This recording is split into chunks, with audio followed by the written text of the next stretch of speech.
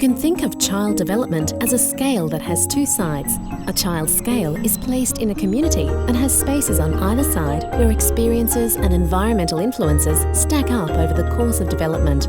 One side gets stacked with negative factors like stress, violence and neglect, while the other side gets loaded with positive factors like supportive relationships, skill-building opportunities and community resources.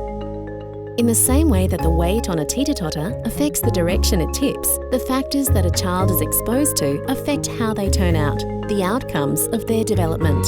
But the way the scale tips and the outcomes a child experiences are also a function of the position of the scale's fulcrum, which is like the genetic makeup of the child.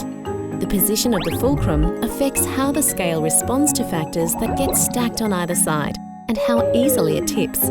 We know that fulcrum starts in different places for different children, and that this genetic starting point is an important factor in how a child responds to experiences and how they turn out. We also know that the position of the fulcrum isn't fixed. It's a sliding set point. Over time, the things that load and tip the scale can actually shift the position of the fulcrum. There are points in human development when this fulcrum is easier to shift. During these shiftable periods, our biology can be changed, making us more or less able to withstand negative weight that gets stacked on the scale.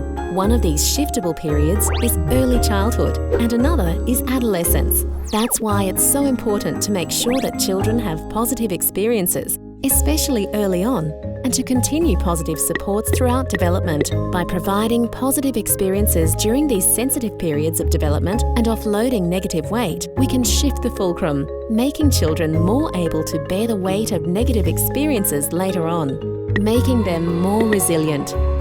So resilience isn't just about individual children. It's about the environments and experiences that get stacked on their resilience scale.